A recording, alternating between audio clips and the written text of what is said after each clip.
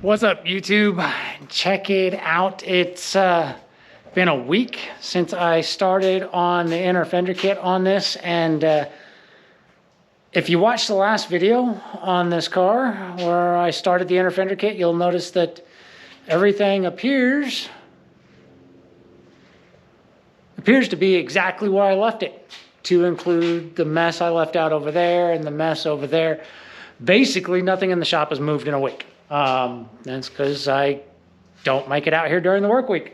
But it is Saturday afternoon. I went to a swap meet this morning and got some new wall hangers over there along the wall. Some big block valve covers, because I clearly have a use for big block valve covers when I don't have a single big block. Or maybe I'm foreshadowing. Only the future knows. Anyway, we got home from that a little while ago, and it's time to get back on this and make some more progress.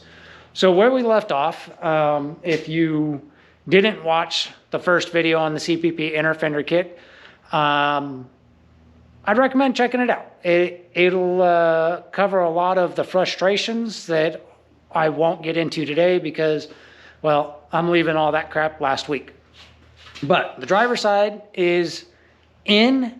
Bolts are all where they need to be. It's not tightened up, but it's going to work the way it is now.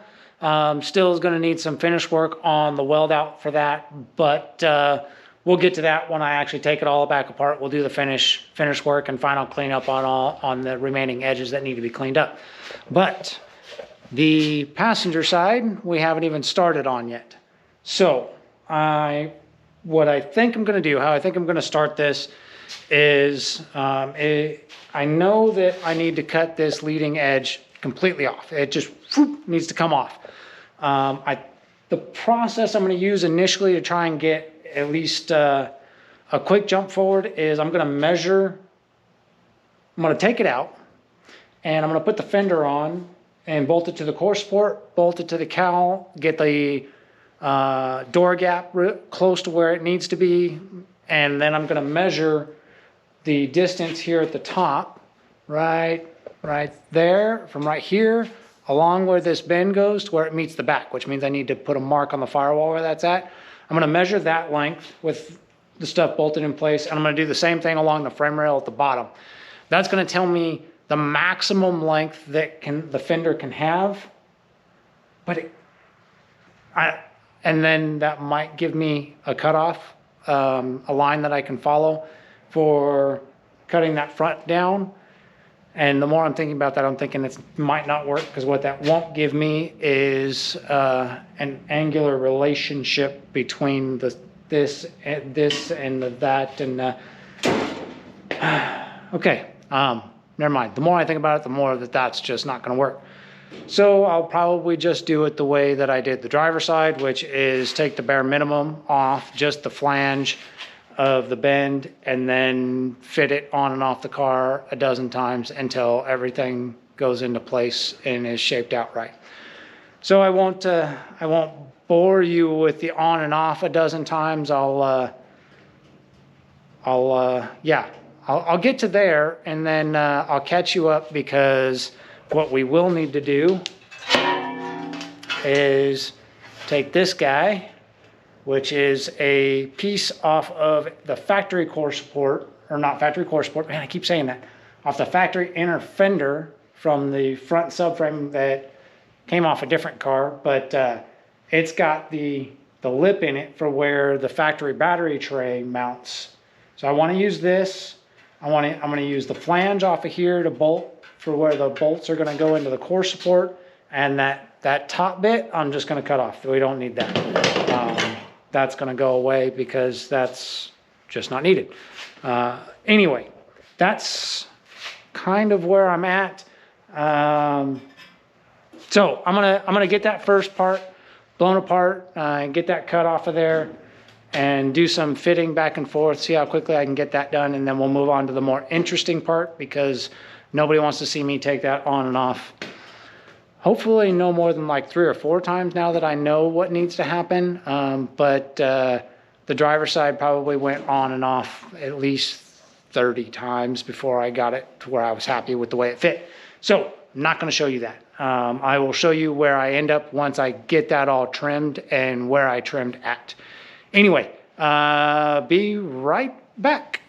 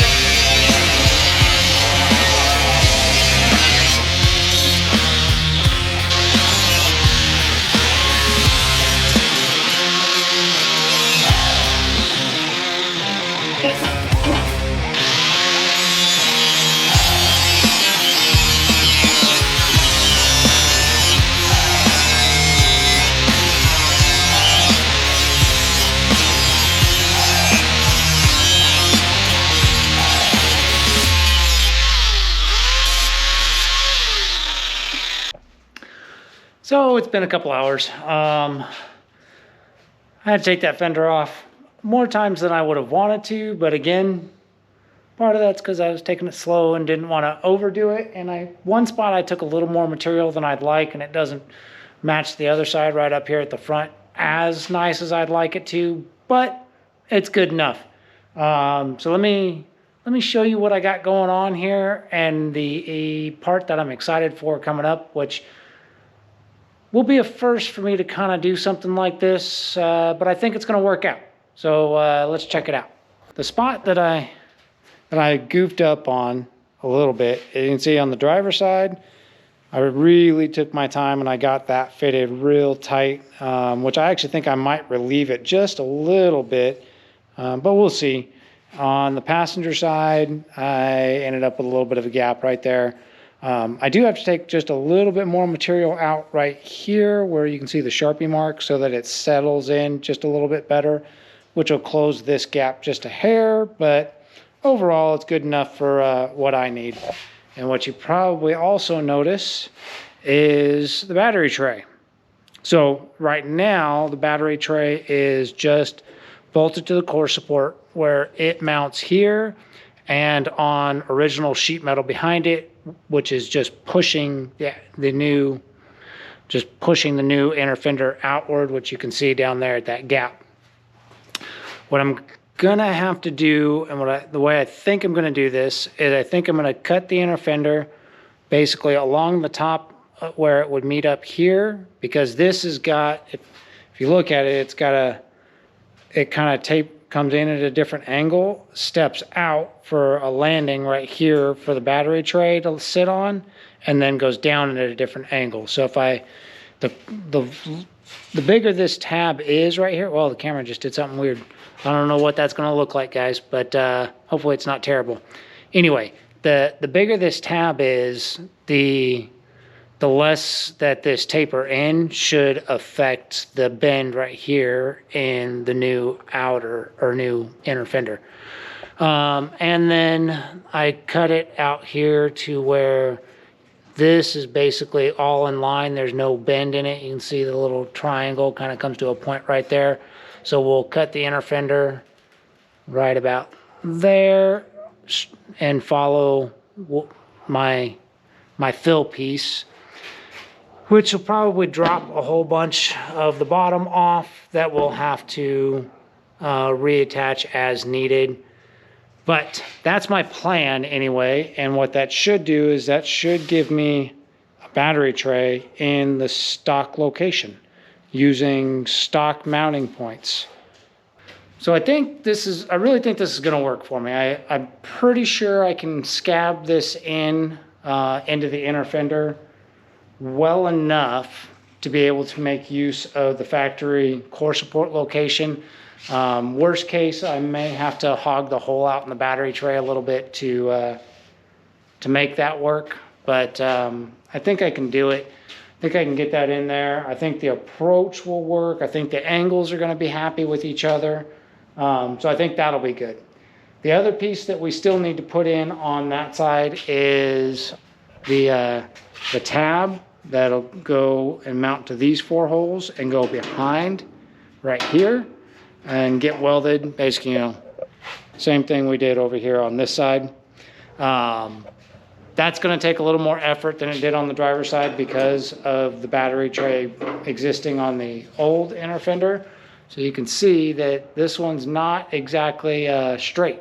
Got all kinds of bobs and weaves and stuff in it because that was where the bends were for that metal piece right there that we're putting in for the battery tray.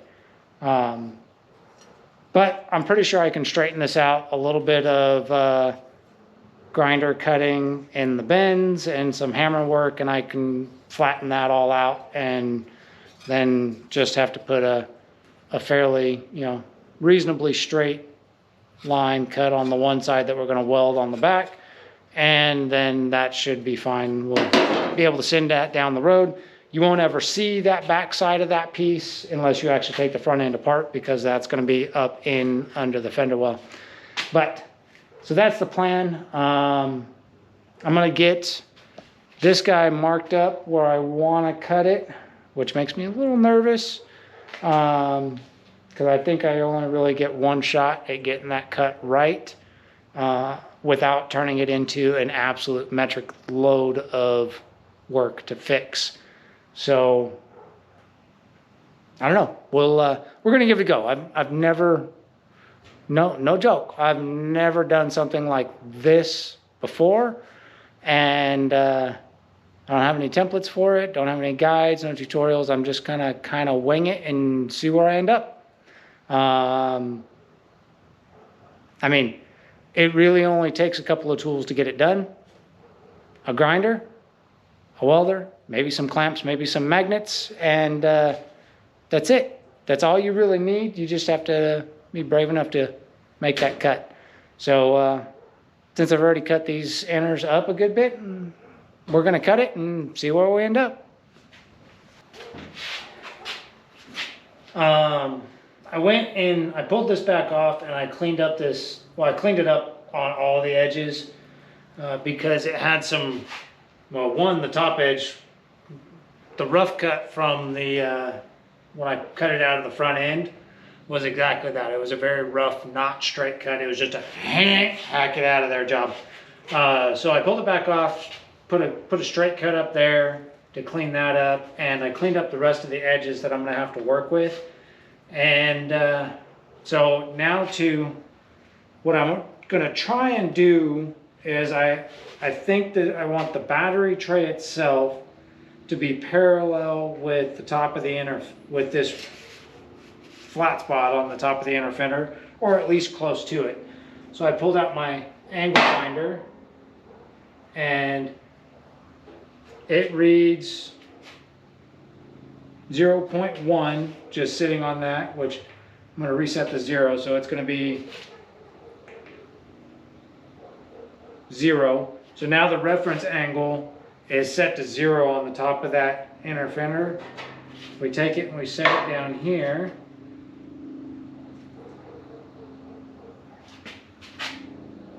We have a 3-degree difference. What? Hold on.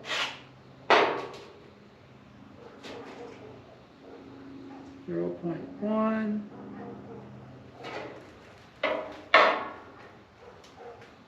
Okay. Looks like this needs to be bent down just a little bit. That don't seem right.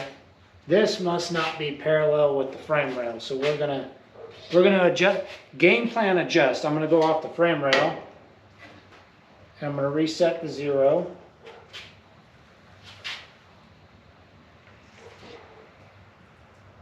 Okay, now we're set to 0 off of the frame rail. We'll make the battery tray parallel to the frame rail.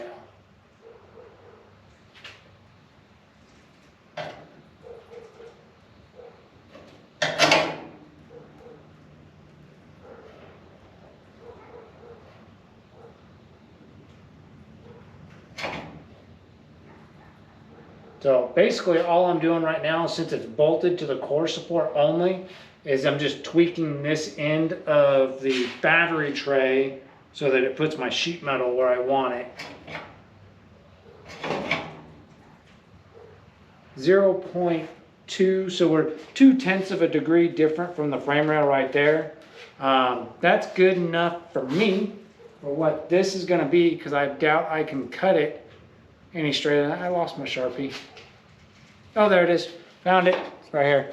I doubt I can cut it and weld it and be any more accurate than 0.2 of a degree anyway.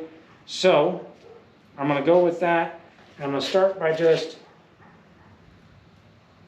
letting the Sharpie ride the perimeter of this part with it pointed kind of down a little bit to the inside and to the inside, so that I hopefully cut a little bit small and then have to grind to fit.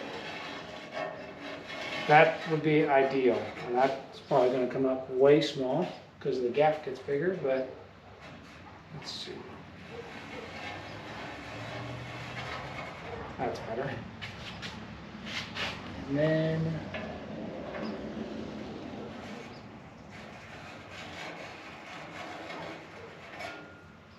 nice little whippy tail on there.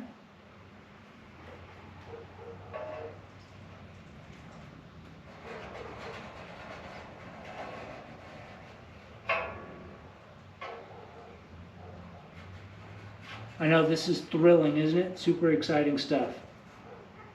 Okay.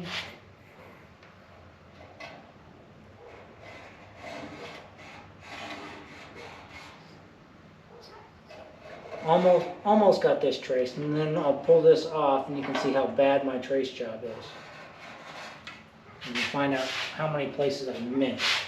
And you probably notice that it's bouncing up and down a little bit. It's okay. I'm not too worried about that. It'll be all right.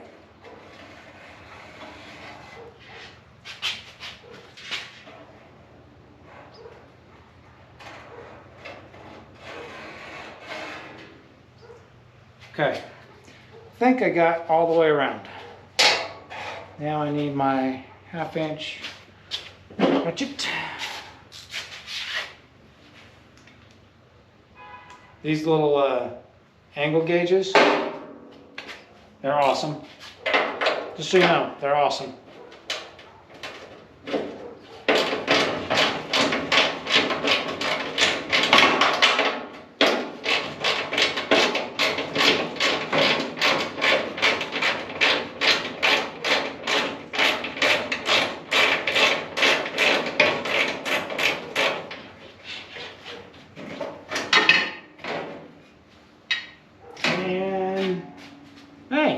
That's not too bad of a trace job. So this first line, this low line, was the one where I kind of dipped the Sharpie down behind the panel more. So I'll be cutting on that, on the top line there. So that's what I'm going to cut out. And then fit this panel to that gap and hopefully weld it in. That's the plan. That is the plan. Wow, hopefully we can pull it off. So I was thinking about it, and you probably, from where the camera was, you probably couldn't see the Sharpie marks at all between the lighting and how faint they are and the reflections on the metal. But here's what I was talking about. 2 lines. That low line was the one where I had dipped the Sharpie down. You could see I didn't follow very well. The Sharpie started dipping down behind the panel more, so it went low. So I'm going to be cutting on that top line, and I got an intersection down there, an intersection there. This is actually going to come all the way to the edge of the panel. So that's what we're going to try and fit in there.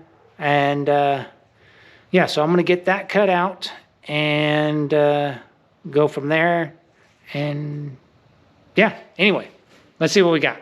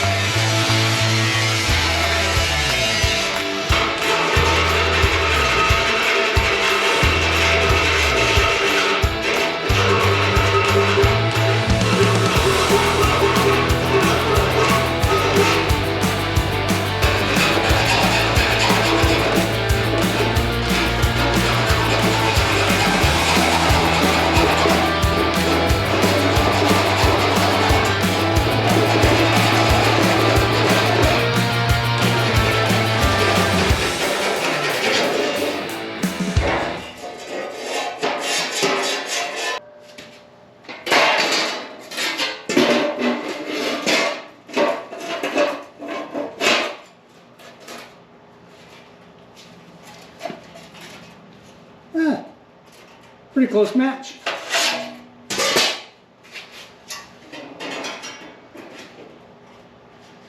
Oh yeah. Oh yeah. Nice. Well, that went about as good as expected, or maybe even a little better. I took it real easy getting into the corners because I didn't want to overshoot and have more welding work than needed and finish work than needed to get it tightened up. So I ended up finishing the corners out with a little hand metal saw. It worked for me. Is it the fastest way? No, but the corners came out nice and clean, and now I just have to sand fit my two pieces together. Let me give you a closer look at what we've got, and you can you can start making your assessment now how you think this is going to turn out and if you think I'm on the right track. Okay, so there's our drop right there, which is laying flat on the ground. Just now a usable piece of flat sheet metal.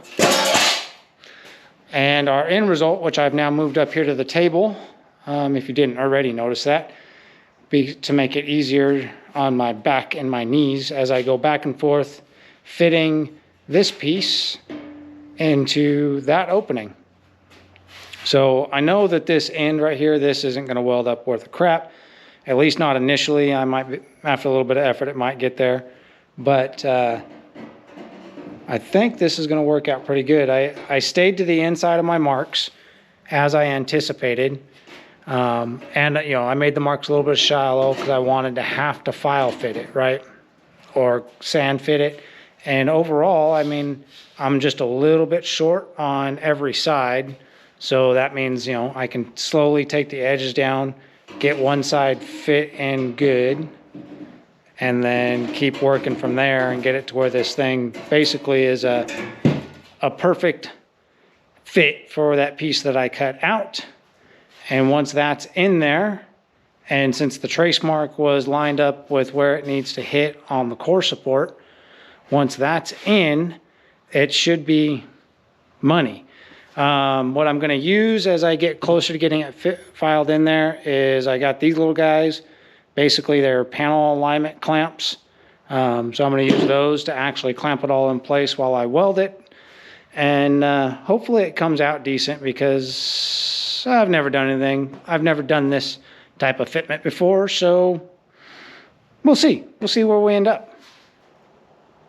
Guys, check it out. I just spent the better part of at least an hour, probably longer, running the grinder. But look at it.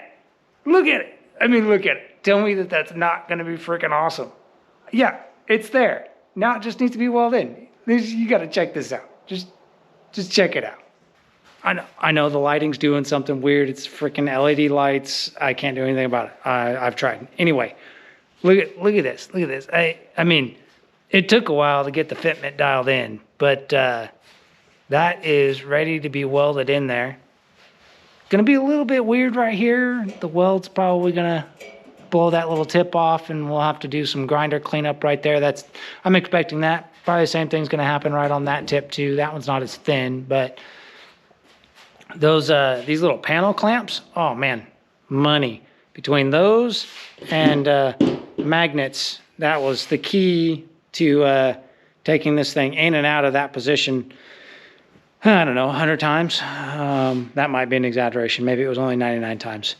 But it went in and out a whole lot of times to get the spacing, and it filed and ground all fairly even, and enough of a gap on there. But I mean, hold on. I'm gonna set this down right here for a second. Hold on, let me adjust the camera. Hold on. All right, look at this.